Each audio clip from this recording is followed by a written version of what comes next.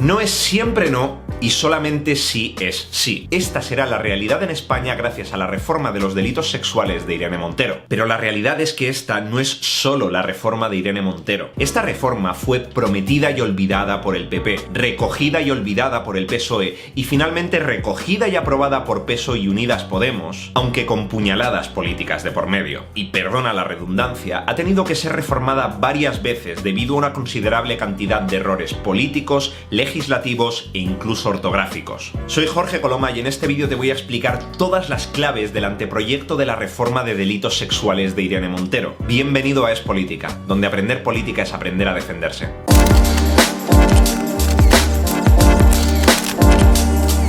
¿Qué es lo que cambia exactamente esta reforma de los delitos sexuales? La ya conocida como Ley Orgánica de Garantía Integral de la Libertad Sexual ha sido aprobada en forma de anteproyecto este martes 3 de marzo. Y debido a esta ley, solo sí es sí. La nueva ley, y cito textualmente, entiende que no hay consentimiento cuando la otra persona no haya manifestado libremente sus actos exteriores concluyentes e inequívocos, conforme a las circunstancias concurrentes, su voluntad expresa de participar en el acto. Porque el objetivo de la parte penal de esta ley es adaptarse al Convenio de Estambul, que puedes leer en la descripción junto al resto de fuentes que voy a utilizar para analizar esta noticia. Pero básicamente, y de forma rápida, el Convenio de Estambul obliga a que la regulación de los delitos sexuales se haga en base al consentimiento, y no a otros elementos. Y de hecho, hasta el propio Tribunal Supremo Español ha avalado lo que establece el Convenio de Estambul. En cuanto a las penas, el Ministerio de Igualdad ha propuesto tanto subidas como bajadas. Sorprendentemente, y según el borrador, la reforma de Irene Montero propone bajadas a las penas de violación,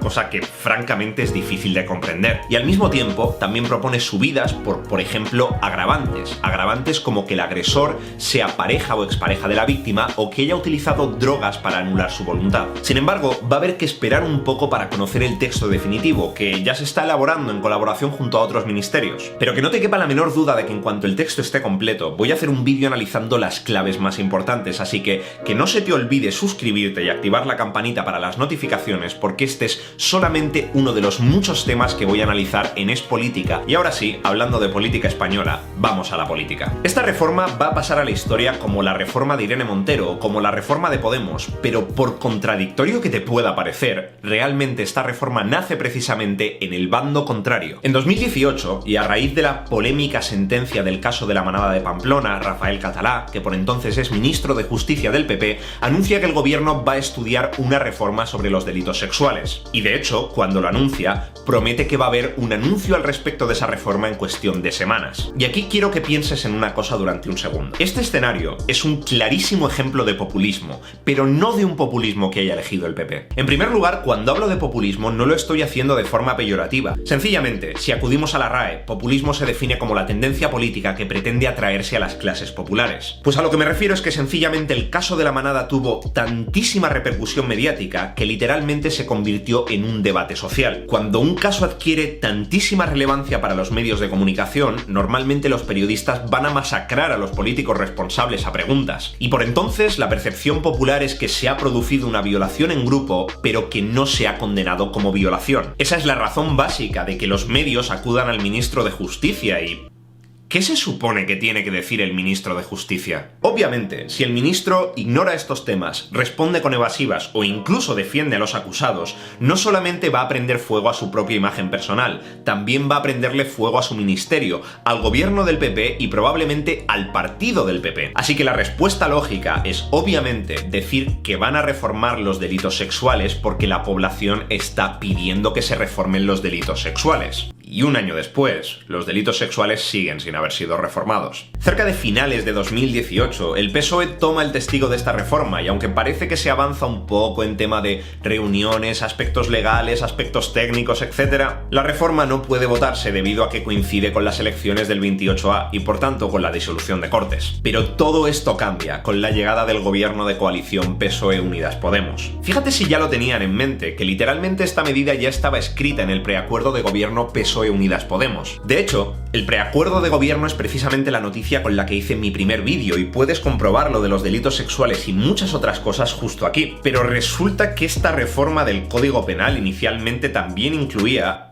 delitos de sedición. Y es aquí donde surge el problema de las puñaladas políticas. Porque el PSOE inicialmente quería que estos temas fuesen juntos y no les importaba esperar un poco más a fin de afianzar el proyecto y que todo estuviese en su sitio, pero resulta que Podemos no quería esperar. Podemos quiere y ha conseguido que esta reforma esté lista sin los delitos de sedición de cara al 8M. Y si te paras a pensarlo, tiene todo el sentido del mundo. El mismo 8M, Podemos puede garantizarse un montón de presencia mediática porque precisamente van a llegar al 8M con la medalla colgada de una medida que es puramente feminista. Una medalla que garantice que hasta que alguien decida modificar la ley, si es que alguien se atreve a eso, un caso como el de la manada jamás volverá a producirse en España. Pero ojo, porque las prisas nunca traen cosas buenas. Esas mismas prisas han provocado un huracán de objeciones a la reforma de Irene Montero, porque, entre otras muchas cosas, el proyecto de Irene Montero invadía competencias autonómicas, chocaba con la ley de infancia y chocaba con la ley de violencia de género. Pero es que más allá de eso, 23 de los 60 artículos de esta reforma de los delitos sexuales venían literalmente copiados de artículos vigentes de otras leyes. Y el borrador tenía hasta errores de carácter ortográfico. Letras en mayúscula que tenían que ir en minúscula, números escritos con cifras que tenían que ir escritos con letras, o incluso palabras que no existen en la RAE, como interseccional o revictimizar. Y ojo, entiéndeme, no estoy haciendo una crítica a la existencia de estos términos, lo único que digo es que hay leyes a la hora de hacer leyes, y esas leyes tienen que respetarse si quieres modificar otras leyes. En fin,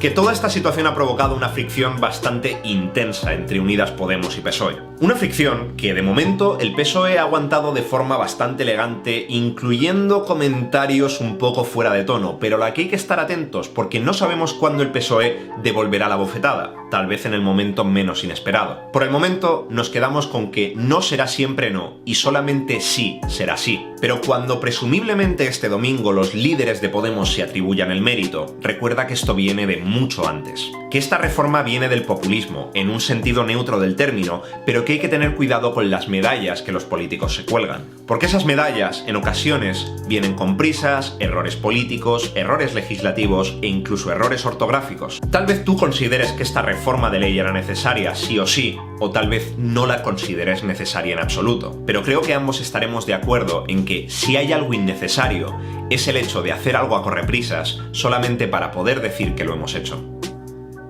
Estoy bastante contento de haber hecho este vídeo porque francamente me parece un tema súper interesante que va a dar mucho que hablar en el futuro y que creo que francamente puede ser muy importante de cara a futuras elecciones, tanto para Podemos como para PSOE, como para el resto de partidos en relación a cómo se desenvuelven con esta reforma o qué opiniones tienen. Y como ya he comentado en el vídeo, conforme salga el proyecto definitivo, conforme tengamos el texto definitivo, voy a hacer un análisis explicando las claves más importantes del proyecto.